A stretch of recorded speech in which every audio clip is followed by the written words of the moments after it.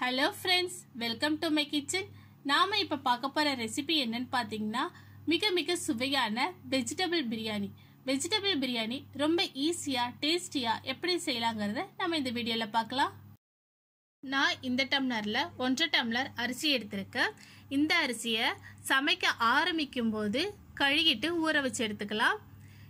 நீங்க பிரியாணி அரிசி இல்லைன்னா சாதாரண வீட்ல சாப்பாட்டு அரிசி கூட எடுத்துக்கலாம். குக்கர் அடுப்பில் வச்சுட்டு அதில் 2 டீஸ்பூன் நெய் ஊற்றுறோம்.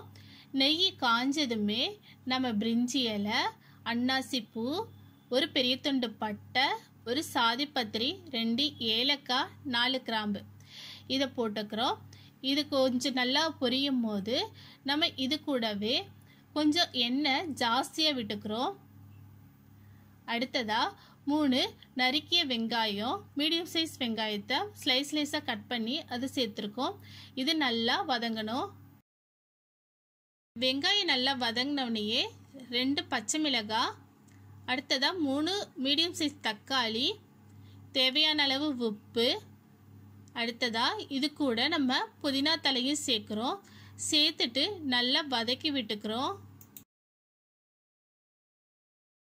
வெங்காயம் நல்லா வதங்கினவனையே இது கூட 2 டீஸ்பூன் இஞ்சி பூண்டு பேஸ்ட்டு நம்ம இதில் சேர்க்குறோம். இஞ்சி பூண்டோட பச்சை வாசனை போகிற அளவுக்கு நல்லா வதக்கி விட்டுக்கணும். இஞ்சி பூண்டோட பச்சை வாசனை போனதுமே கொஞ்சம் மஞ்சத்தூள், 1/2 ஸ்பூன் கரம் மசாலா, 1.5 டீஸ்பூன் மிளகாய்த்தூள் இதை இது கூட சேர்த்துக்கலாம்.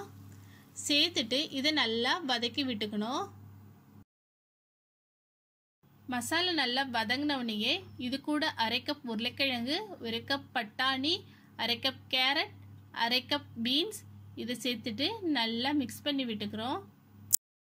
நல்லா மிக்ஸ் பண்ணி விட்டுட்டு இது கூட நம்ம ஒரு 2 டீஸ்பூன் தயிர் சேர்த்து கிளறி ஒரு 5 நிமிஷம் நல்லா வேக வைக்கலாம்.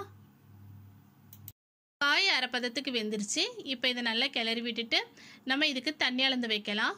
1.5 டம்ளர் அரிசி எடுத்திருக்கோம். அப்போ 3 டம்ளர் தண்ணி, காய் வேகிறதுக்கு 1/2 டம்ளர் சேர்த்து மொத்தம் 3.5 டம்ளர் தண்ணி இதில் வைக்கிறோம். சேர்த்து இதை கிளறி விடுறோம்.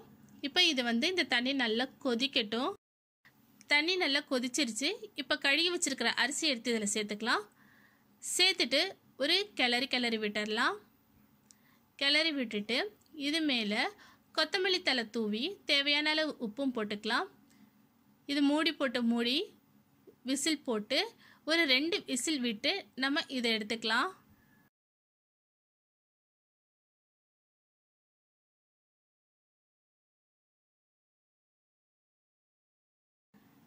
பாருங்க, ப்ரெஷர் இறங்கிடுச்சு. நம்ம மூடியை திறந்தாச்சு. செம டேஸ்டியாக நமக்கு ரெடி ஆயிடுச்சு. இதை ஒரு கிளறி விட்டுட்டு இதில் 2 டீஸ்பூன் நெய் சேர்த்துக்கிறோம். நெய் சேர்த்துட்டு ஃபுல்லாக ஒரு கிளறி விட்டுக்கலாம். அப்போ தான் கீழேருந்து மேலே வரைக்கும் அந்த நெய் வாசம் சூப்பராக இருக்கும். சாப்பாடு டேஸ்டியாக இருக்கும். இதை உடனே பரிமாறக்கூடாது. ஒரு 10 நிமிஷம் இதை நல்லா மூடி வச்சிடணும். அப்போ தான் சூப்பராக இருக்கும்.